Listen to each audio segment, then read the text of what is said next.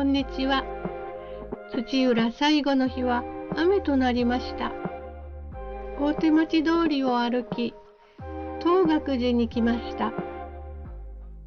境内の銅鐘は国の重要文化財に指定されていて、関東では最古のものらしいです。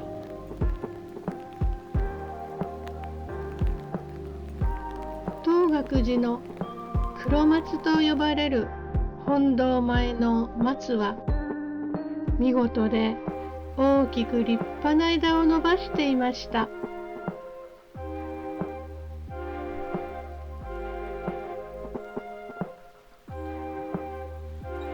土浦市指定の名木になっています。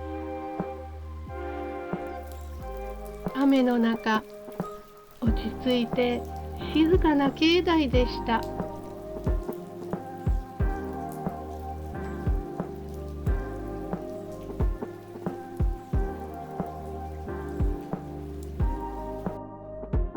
お隣にある東光寺に向かいます。赤く正面に見えているのは瑠璃光殿。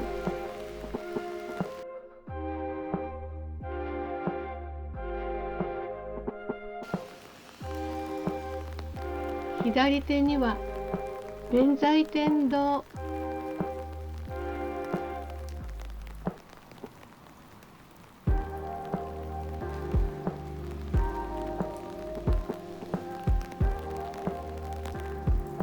そのお隣の六角堂は乃木大将のお母様の霊堂だそうです。お隣は祖父の長谷川金太夫という方のお墓が並んでいました。そしてその横に境内社稲荷神社がありました。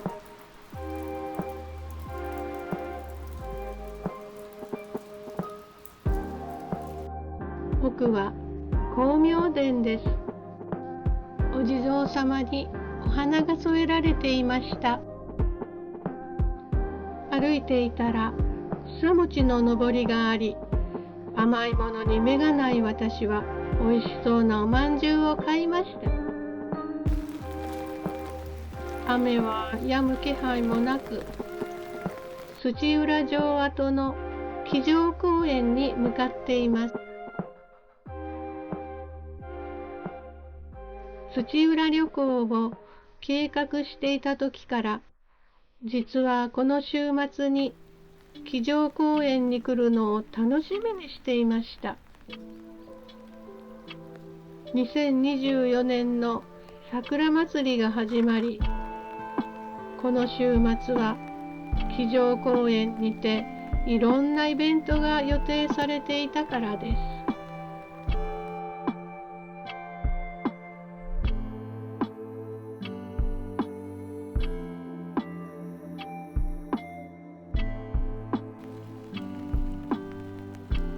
太鼓櫓門です。この上の階に太鼓が置かれていて、今は市の指定文化財になっていると説明を読みました。お堀の水がとてもきれいなのが印象的です。本丸御殿は明治時代に火災に遭い焼失して、その場所は整地されて広場になっていました。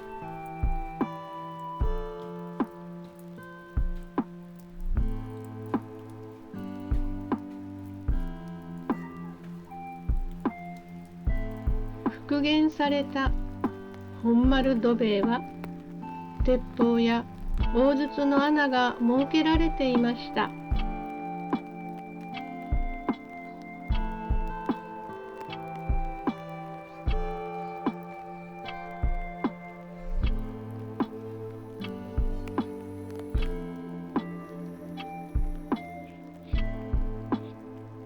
本丸土塀に沿って東櫓に向かいます。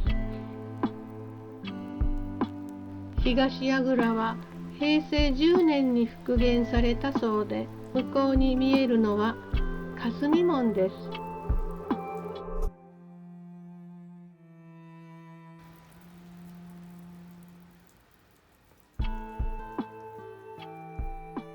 中はあまり広くはなかったですが、いろんな展示物などがありました。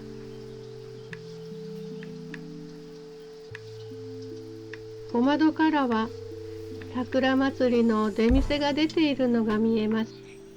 雨なので残念ですね。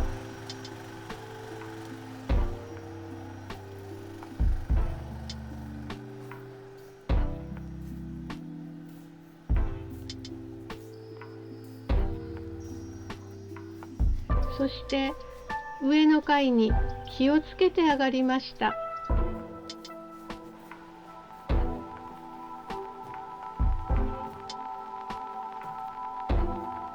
その昔からお祭りがよく行われていたのですね。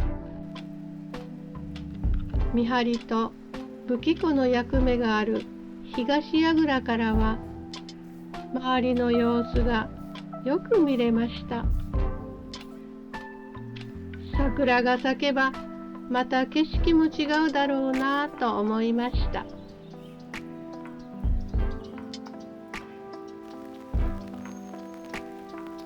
東櫓を出て広場の片隅にある土屋神社に行きました。土浦藩主の土屋氏の祖先が祭神だそうです。西櫓は1991年に復元されたそうです。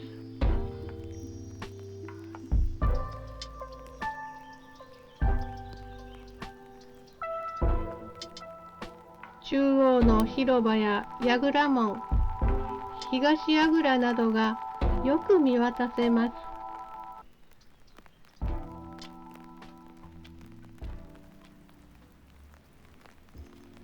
なだらかな階段を少し上がりました。庭園がとても見事できれいでした。